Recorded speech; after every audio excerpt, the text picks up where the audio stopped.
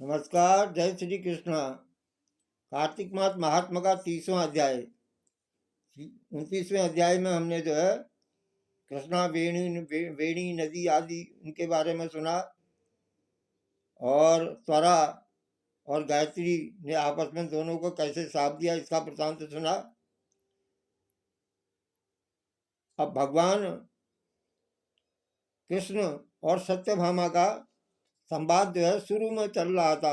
प्रारंभ में भगवान कृष्ण और सत्यभामा जो है इस कार्तिक मास महात्मा को बता रहे थे। तो भगवान कृष्ण और सत्यभामा में आपस में संवाद चला हुआ था। तो भगवान कृष्ण कह रहे हैं, सत्यभामा, नारद जी के वचन सुनकर के महाराज पृथु बड़े विस्मित हुए और अंत में उन्होंने नारद जी का पूजन करके उनको विदा किया। इसलिए माघ, कार्तिक और एकादशी ये 3 व्रत मुझे अत्यधिक प्रिय हैं। भगवान कृष्ण कह रहे हैं सत्यभामा से, कह रहे हैं कि मुझे माघ, कार्तिक और एकादशी का ये 3 व्रत जो है मुझे अत्यधिक प्रिय हैं। वनस्पतियों में मुझे तुलसी प्रिय है, महीनों में कार्तिक प्रिय है, तिथियों में एकादशी प्रिय है, क्षेत्रों में कार्तिक प्रिय है। जो प्राणी जितेंद्रिय होकर के इनका सेवन करता है वो यज्ञ करने वाले मनुष्य से भी अधिक प्रिय लगता है। जो प्राणी विधि से इनकी सेवा करते हैं उनके मेरे अनुग्रह से सब पाप दूर हो जाते हैं। भगवान कृष्ण सत्यभामा को बता रहे हैं, कह रहे हैं कि भगवान कृष्ण के वचन सुन करके सत्यभामा ने कहा कि हे नाथ, आपने यह बात बड़ी आश्चर्यजनक कही है कि दूसरे के लिए पुण्य के फल से कलह की मुक्ति हो गई। जैसे कि कलह नाम की राक्षसी की मुक्ति हो गई थी, क्योंकि धर्मदत्त ने उसको अपने पुण्य का आधा फल दे दिया था। तो सत्यभामा कह रहे हैं भगवान श्री कृष्ण से कि बड़े आश्चर्य की बात है कि दूसरे के किए हुए पुण्य का फल भोगने से जो है कलह जैसी राक्षसी की भी मुक्ति हो गई। यह प्रभावशाली कार्तिक मास आपको अधिक प्रिय है, जिसे पतिद्रोह का पाप केवल स्नान के पुण्य से ही नष्ट हो गया। दूसरे मनुष्य द्वारा किया हुआ पुण्य उनके देने से कैसे मिल जाता है, ये आप मुझे बताइए।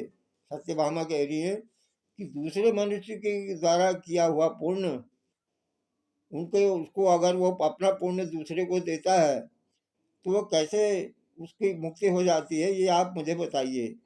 भगवान कृष्ण से पूछ रही है सत्यभामा। तो भगवान कृष्ण कह रहे हैं कि बिना दिया हुआ पुण्य और पाप जिस कर्म द्वारा मिलता है उसे सुनो, कह रहे हैं सत्यभामा जी से।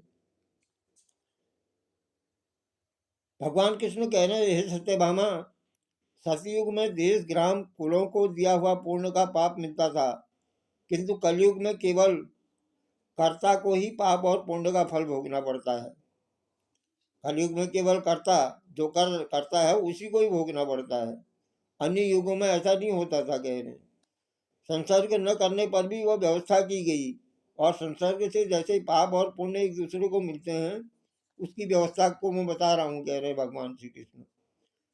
भगवान श्री कृष्ण कह रहे हैं कि हे सत्यभामा, पढ़ाना, यज्ञ कराना और एक साथ भोजन करने से जो पाप पुण्य का आधा फल मिल जाता है। एक आसन पर बैठने तथा सवारी पर चढ़ने से, श्वास के आने जाने से पुण्य और पाप का चौथा भाग प्राणी पात्र को मिल जाता है। स्पर्श करने, भोजन करने से, दूसरे की स्तुति करने से पुण्य और पाप का छठवां भाग मिल जाता है।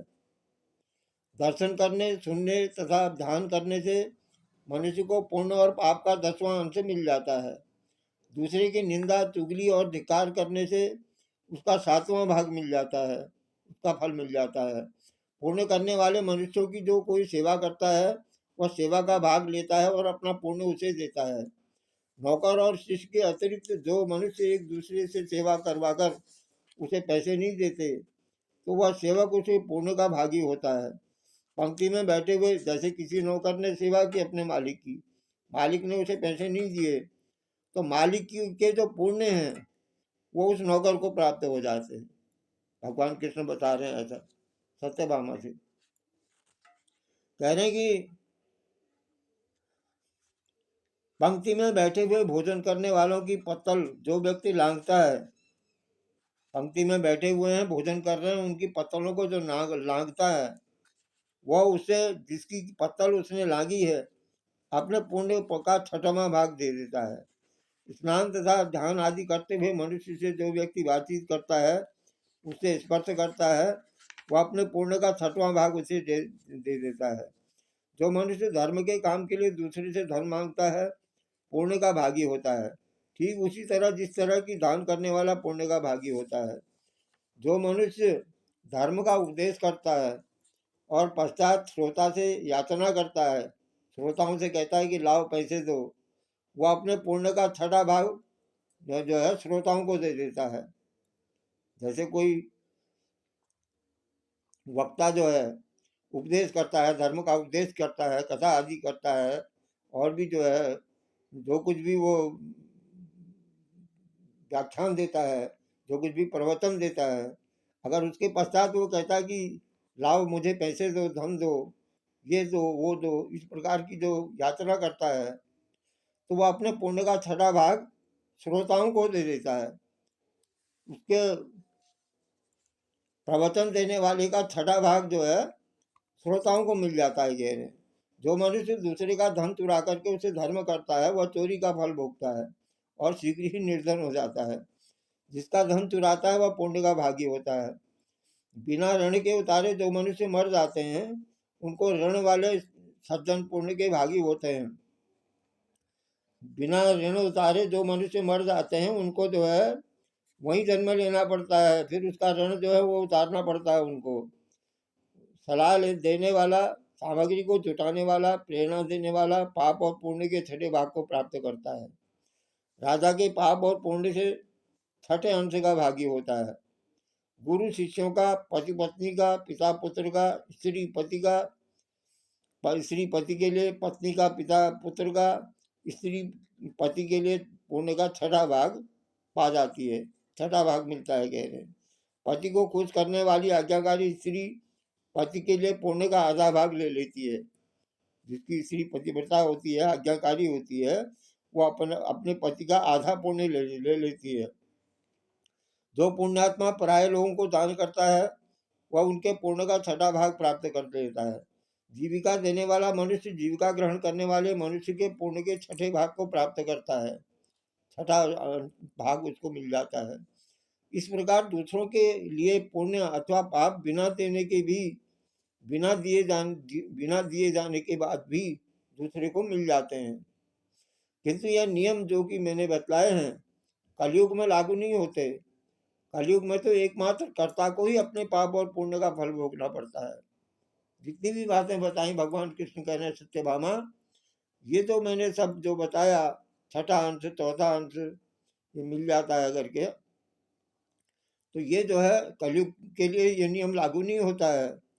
कलयुग में एकमात्र कर्ता को ही अपने पाप पुण्य का फल भोगना पड़ता है। यानी जो पाप कर रहा है या जो पुण्य कर रहा है, वही अपने पाप पुण्य का फल भोगता है, दूसरे को नहीं लगता है। इस संबंध में एक बड़ा पुराना इतिहास है जो पवित्र भी है और बुद्धि का देने वाला भी है। मैं कहता हूँ ध्यान पूर्वक सुनो। सत्यभामा से कह रहे हैं भगवान श्री कृष्ण। ये जो है भगवान कृष्ण सत्यभामा से एक पुराना इतिहास जो बताएंगे, वह 31वें अध्याय में बताएंगे। तो 30वां अध्याय यहाँ पर जो है भगवान श्री राधा कृष्ण को समर्पित है। जय श्री कृष्ण।